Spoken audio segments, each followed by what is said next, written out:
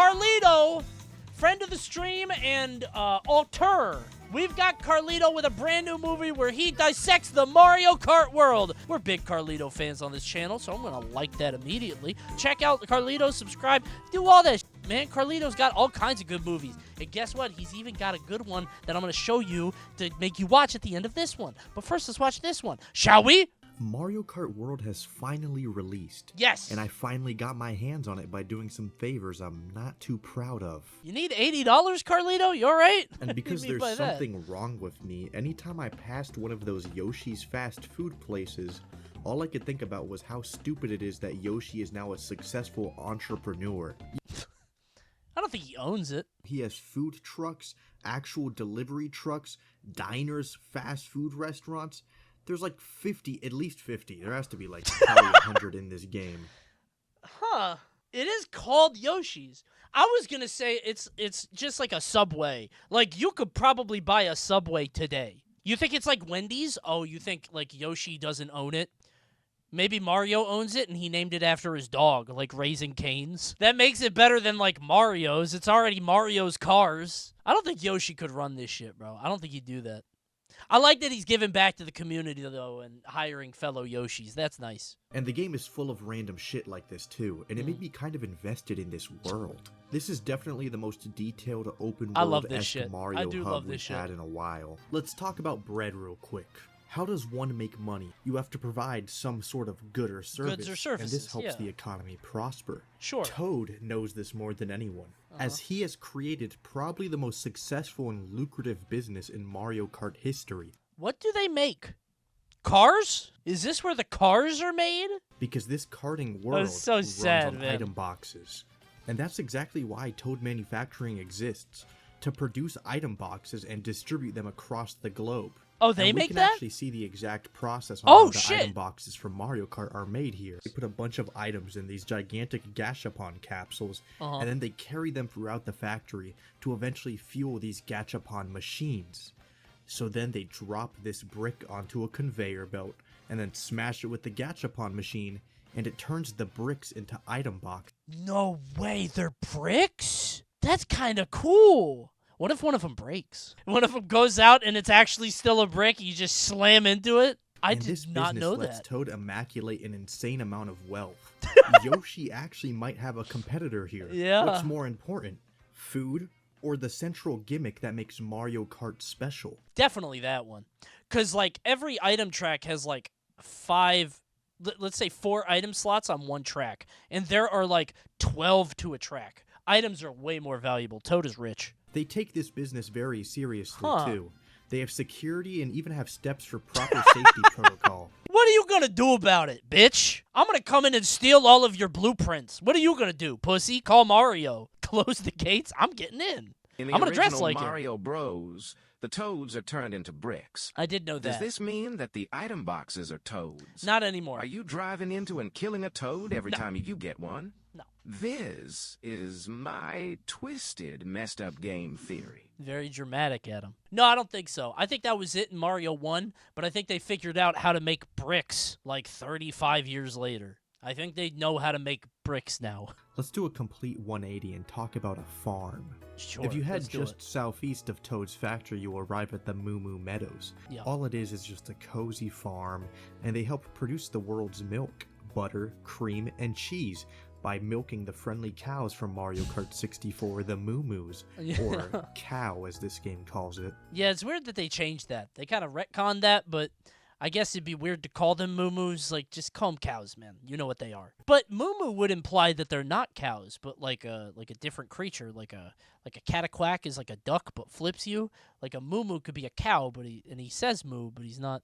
It advertises a lot of random and niche businesses like Sting Bee Biofuel. Biofuel? Or just signs that straight up just say enemies' names. I don't really get the point of that, but... Yeah, Nabbit should be like graffiti or something. I don't think he needs a sticker, right? Who's Thwomp? Who's doing that? He can't get in the building. He doesn't even have hands to put that up. What is that? If you go inside of the barn and look up to the heavens, you can see this giant painting of cow on a bike here. It also has like some signature in the bottom right. Is cow dead? Is that the original cow? This shit looks like a memoriam. The first Moo Moo Senior. Yeah. But Guy Bazaar has a cool throwback to Mario Land. I love this song on this stage. I love that track. It's probably my third favorite track in the game. The fucking Shy Guy with that. Bro, I said that. Hold on. I said this before, but this might go on YouTube, so I wanted to sort of make this. I genuinely think Super Mario Kart for the Super Nintendo is a top 10 video game soundtrack of all time. Like, it's so good, man. There's just something about it that is so evocative. I talked about this on the past stream. I have a hard time, like, differentiating current video game music because, like, it's all great, but, like, it's normal music now. And I know that I'm an old piece of shit, but it's weird because, like I can listen to Clair Obscur, and I can listen to, like, Nier, and I can listen to, like, fucking, what else? I don't know, Persona. I could tell them apart, like, stylistically, but it's like, it doesn't, since it's real music, I don't know. It's not the same to me. And I'm not saying it's like they should go back or anything. It's better that the technology and progress moves forward. But I love that, like, communicating an idea or a location in these tiny little blits and bloops. It's so good. See it in 8 Deluxe with Daisy Circuit. This is Sarasaland, believe it or not. It was just a super limited view, but it was very restrictive. I'd call this our first real official view of modern Sarasaland. The issue is just, it can't be Sarasaland. This whole world is in one landmass, and Sarasaland is just not this small at all. So this is just some kind of recreation. Maybe it helps Daisy feel a little more at home in between races. Do you think it's like a theme park thing? A small world just to help her feel better? There's a Daisy fountain. There's fountains shaped like Gao, which are the Sphinx tribe ruled by King Totomesu. And holy shit, I didn't even know this. If you remember that, that's a throwback. That's cool. Like, holy shit, when I saw this for the first time, I kind of lost it. This is like one of the coolest little details they could have put in this place. That's awesome. Makes me smile very hard. Another thing that was very cool was seeing the Toko. I love these guys, dude. Seeing them in motion is so cool. I love the way they run. They are going somewhere urgently. I love these guys, bro. Why aren't they playable? I would like a Toko, and I mean, we've talked about this a lot on the stream, but we gotta bring back Bandit, bro. I don't care about Nabbit. Okay, I'm gonna click on this. Get the Shy Girl out of here. I like Bandit. Bring back Bandit. He's so cool. It's just a shy guy with a silly mask. He's not even that cocky, man. He just has it on his face. Nabbit would be 10 times better if he didn't randomly have the Bowser Jr. mask. Wait, does he? Wait, why does he have that? I've never really thought about that. He does have the mask, doesn't he? I thought it was his own mask, but now that you point that out, why does he have the same mask? He nabbed it. Oh, actually, that's kind of cool. That's a little bit of, like, multi-game lore, right? But it sucks that Bowser Jr. just has another one. He should just not have it anymore because he's sentimental about that one. Bro, they're gonna bring Wart back at some point. Like, if they're doing all these, like, weird nods and things and, like, references or whatever, like, maybe a DLC, like, he's gonna come back at some point. Isn't Wart just a Mario fever dream? See, you would think so, right? That, like, he only, like, Mario dreamed about him. But Mario also dreamed about Birdo, and she came out. Mario dreamed about Shy Guys, and they showed up. And Ninja, like, you know? Like, I agree with you. But why is he the only one stuck in the dream dimension? To be honest, this place was one of the more underwhelming locations for me, just because it reminded me so much of Mario Kart 8's places. But this kind of made me think of who owns this country. Statistically, it would be Peach, considering she owns about 70% of the world's She mass. has to. But it could be another scenario like Baseball Kingdom, where it's actually its own separate thing completely, just an island to play baseball. You know, I never really thought about the fact. I thought Mario Kart World was like, you can Mario Kart all over the world. But it's actually more like Disney World. You can Mario Kart in this world. Like, this is where you Mario Kart. The same way that Baseball Kingdom is where you baseball. You go to Mario Kart World to Mario Kart. Because, like, Peach's Castle is not Peach's Castle. It is a postmodern stand-in for Peach's Castle. The same way that the Eiffel Tower in Las Vegas is not the Eiffel Tower. Wait, but people live there. You think it's like Westworld? Like, I assume that all the Toads and the Koopas and the Shy Guys live there, but maybe it's like Westworld and people pay a lot of money to go to the resort. Potential spoiler. Oh, I know what it is. Who cares? So you know when I said this is one of the most underwhelming locations? Who gives a shit? I was just lying, man. Because this is just one of the coolest things I've ever seen in a Mario game. Oh, I thought it was talking about the other thing. If you squint really hard, you might have noticed that the entire fucking map flipped. What a neat little thing, man. That fucking makes me happy. Crazy. I like that a lot. This is a pure thing they did just to make you smile. Like, this really serves no functional purpose. They could have just made mirror mode a little button you click. But doing it this way just gives the world so much more life. It's also like, it's funny to me that Nintendo is just kind of like, yeah, fuck it, we're just going to do that. Pauline is little, and Cranky Kong is not Donkey Kong anymore, and Donkey Kong met Pauline when she was a kid. Who gives a shit, man? You go into there, and now everything's flipped. Whatever. Reality is different now. Mirror mode in Mario Kart is so weird to me, because like, it's literally just padding. But people love that. It's just making, it's the same thing, but more of it. But people love that shit. But now let's talk about Donkey Kong. Please. You know me, I love me some ape. Me too. And Donkey Kong Who is doesn't? one of the most intriguing businesses in this world. So after Tropical Freeze, he went to college and got a master's degree in engineering, which ultimately led him to creating his very own space research center. Oh yeah, I forgot about that. Right. He of course has a facility to run DK boosters, that being the DK Spaceport. Right. This whole place is obviously themed He around does this the whole Donkey thing, Kong right. arcade game. They didn't really try to hide that fact at all. This place is more about functionality. First off, the security in this place is top-notch. If you try to approach the top of the spaceport without authorization, a gigantic robot Kong will stop you. He runs away. That Kong runs. He doesn't even try to stop me. He literally runs away. What are you talking about? Officially Guard Kong. Wait, really? How did you find... He said officially. As we can see posters around. Oh, shit! Personally, I fuck with I didn't know Guard that. Kong heavy. And I'm like 99% sure Donkey Kong built this thing himself. I even have proof. Guard Kong is kind of ass, though. I gotta be honest, I never ran into Guard Kong ever. He needs to be updated. In the Mario and Sonic London Olympic Games DS version, E123 Omega from Sonic tells us that Donkey Kong was actually able to help fix damages made to his body. What? Meaning even before this game, What? which came out in 2011, he must have had some degree of robot repairing experience. Wait, there's a story mode in that game? Why are those two interacting? Why did Carlito know that? It's been a while since that game came out, so I can totally believe in the time between these games' releases, he has fully mastered mechanics. Why would he want to learn engineering? I think he'd want to learn farming. But let's take a look at his rocket ship. Which is Where is probably he just going? As impressive. This thing is called the Game & Watch. Why does he want to explore the stuff? Oh, the funny. Because it looks like a Donkey Kong Game & Watch Oh, machine. That good one. one. Easy to figure out. Okay. If I'm entirely honest, though, I get it looks impressive. But did you really have to name it fucking Game & Watch?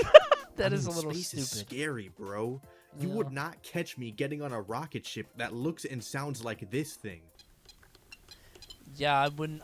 It's probably a bunch of dials and digital bullshit in there, man. I'm not messing with that. They even go as far as to tell us the science behind the ship's mechanics. The Game & Watch is propelled by these barrels here. Oh my They God. ignite the barrels with fire from the oil cans, and then it lets the ship propel into the cosmos.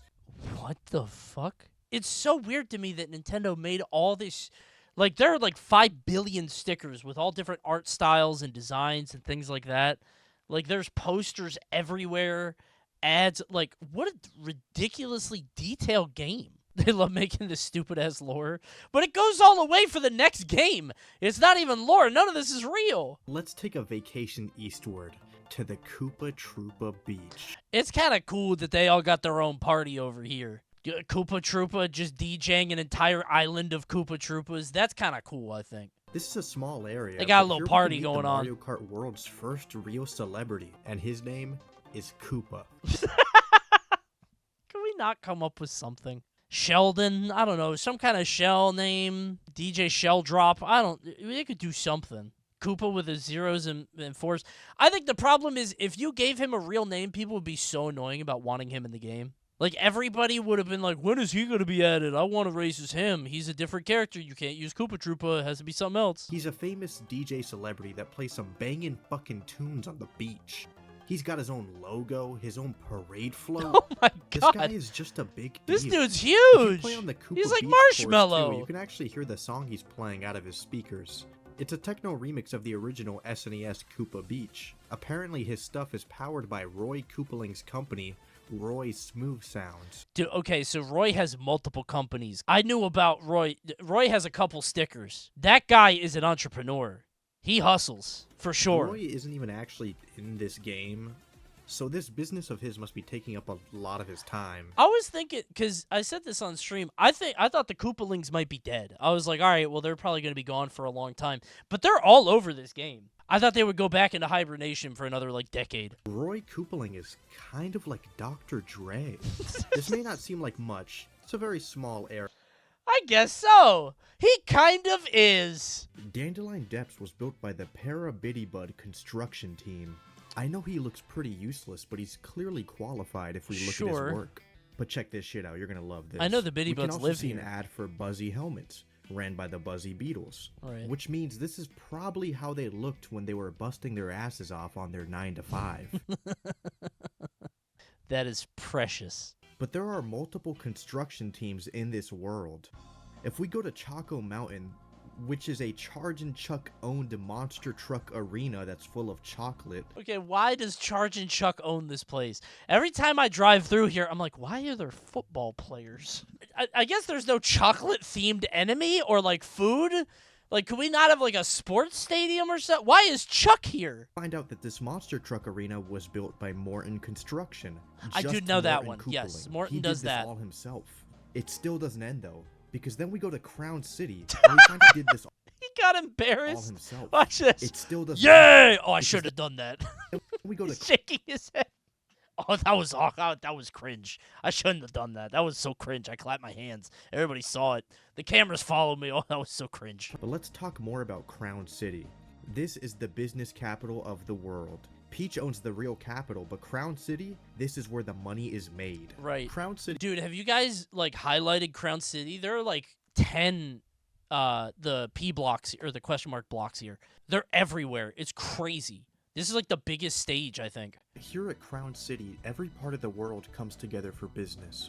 We have the HQ of Roy Sound Company here. Oh, I didn't know advertising that. flyers Okay. For Koopa Beach. Uh-huh. We have a second, smaller location of Boo Cinema. Where I she's didn't in the mention movie, it, but right? the main location is its own separate course entirely. Bro, I'm not going there, by the way. Are you supposed to go there for the movies? I'm not going to Boo Cinema. That shit's scary. This place also has vending machines that are sentient, meaning Yoshi's food company has been able to artificially create life. This is probably the work of the super Like in happy Cyberpunk, tree, or yeah. maybe Satan. I mean, think about it. This is kind of like an eternal hell. Imagine you are sentenced to live the rest of your days as vending machine. You mean, probably wouldn't enjoy life that much. I think the vending machine derives joy from giving people just the item they need. I think it's all part of the experience of living for that guy. He wanted the mushroom, and then he gave him a mushroom. That's exactly what that guy needed.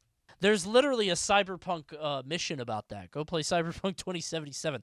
That one really stuck with me. I 100%ed Cyberpunk, and I don't remember anything about it except for that one and the mission about the couple where they had the baby. Crown City also has this Tenants Wanted sign, which was pretty comical to me. This confirms that being a landlord is a successful venture in Mario Kart World. But I would love to know who the landlord for this place is, though. Wario. It's Wario. My bet is on that fucking snowman. No, but I do believe the snowman is hiding something. Something about his smile is disarming. Like, this guy is a fucking shark. Yeah, Crown City's awesome. The Crown Bridge, which takes They got you the San across Francisco the ocean Bridge, right? Yeah. to just some random savannah. Mm-hmm. What is the point of this bridge? Why does it go here? These two things couldn't be further related. Oh, is that where it goes? That's a little weird. You could have put Dino Jungle there, I bet.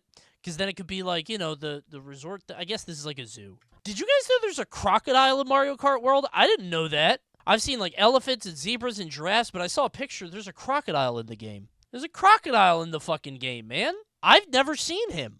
Let's right? stop by the Cheap Cheap Falls. As you can see, this place is very intriguing and there's a lot to learn. But I actually did notice this sign here. You're telling me this meal right here costs 400 coins? It might be 4 coins. Maybe there's a smaller denomination.